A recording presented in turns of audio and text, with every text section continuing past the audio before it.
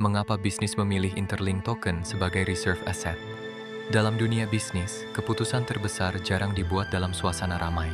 Keputusan paling penting justru lahir dalam keheningan, saat para pemimpin melihat lebih jauh dari tren, lebih dalam dari hype. Setiap aset yang masuk ke neraca perusahaan memiliki satu tujuan utama, menjaga nilai, mengurangi risiko sistemik, dan memastikan keberlanjutan jangka panjang. Namun di era digital, hal ini menjadi semakin sulit. Banyak aset lahir dari narasi, bukan dari penggunaan nyata. Banyak token bergerak cepat, tetapi tidak menopang sistem apapun. Di tengah kondisi inilah Interlink dibangun. Interlink tidak dimulai sebagai proyek spekulasi. Ia dirancang sebagai infrastruktur produksi, sebuah ekosistem lengkap yang menghubungkan identitas digital, aplikasi, pembayaran, dan koordinasi on-chain dalam satu sistem terpadu. Setiap komponen saling terhubung. Interlink ID memastikan identitas manusia yang nyata. Interlink App membuka akses ke berbagai layanan. Developer tools memungkinkan aplikasi berkembang. Wallet, exchange, dan Interlink Chain menjadi tulang punggung transaksi dan koordinasi. Bagi bisnis, ini berarti satu hal penting.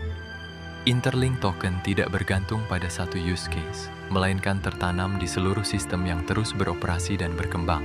Namun infrastruktur saja tidak cukup tanpa manusia. Interlink dibangun di atas jaringan manusia nyata, bukan sekadar alamat wallet atau besaran modal.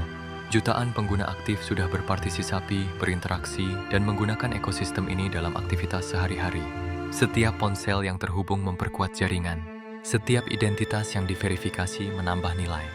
Dan setiap aktivitas menciptakan efek jaringan yang terus bertumbuh secara organik. Inilah perbedaan mendasar Interlink. Pertumbuhan tidak didorong oleh spekulasi, tetapi oleh partisipasi manusia. Di dalam ekosistem ini, Interlink Token memiliki peran yang jelas. Ia mengalir sebagai medium koordinasi, digunakan, disimpan, dan diamankan sebagai bagian dari sistem yang hidup. Bagi bisnis ini bukan soal membeli cerita masa depan. Ini adalah exposure terhadap infrastruktur yang sudah berjalan hari ini. Kepercayaan institusional memperkuat fondasi tersebut. Interlink dipercaya oleh institusi seperti NIST, Google, NWC, dan Polymarket. Sebuah sinyal bahwa sistem ini dibangun dengan standar keamanan, kepatuhan, dan kesiapan operasional tingkat institusi. Bagi perusahaan, ini mengurangi risiko reputasi dan ketidakpastian regulasi. Dan bagi Treasury, ini menghadirkan aset yang selaras dengan dunia nyata, bukan hanya dunia spekulatif. Karena itulah, semakin banyak bisnis mulai mengevaluasi Interlink Token sebagai reserve asset. Bukan untuk diperdagangkan secara impulsif, melainkan untuk disimpan sebagai bagian dari strategi jangka panjang. Interlink Token bukan sekadar alat finansial. Ia adalah representasi dari sebuah jaringan manusia global, infrastruktur digital yang matang, dan kepercayaan institusional yang terus tumbuh.